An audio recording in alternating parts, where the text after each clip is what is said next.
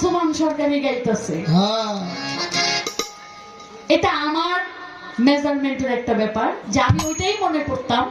তো ওই থেকে সে আমার দেখছে গান মানে গান দোহারি করি, এখন কেমন কি হইছি, সামনে বাসি না পিছে বাউন্ডারির বাইরে গেছি গা, এটা একটু ট্রাই করার লাগে আমারে কইছে কি হ্যাঁ বায়না করতে পারেন একটু দেখি। কইছে না আপনার একটু কথা কম নাইলে বেলা ধুয়ে জায়গা দিবেন না, বকশিসও দিবেন না, কথাও কইবেন না, এটা কেমন হইলো?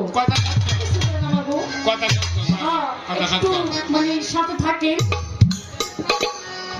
দেখছেন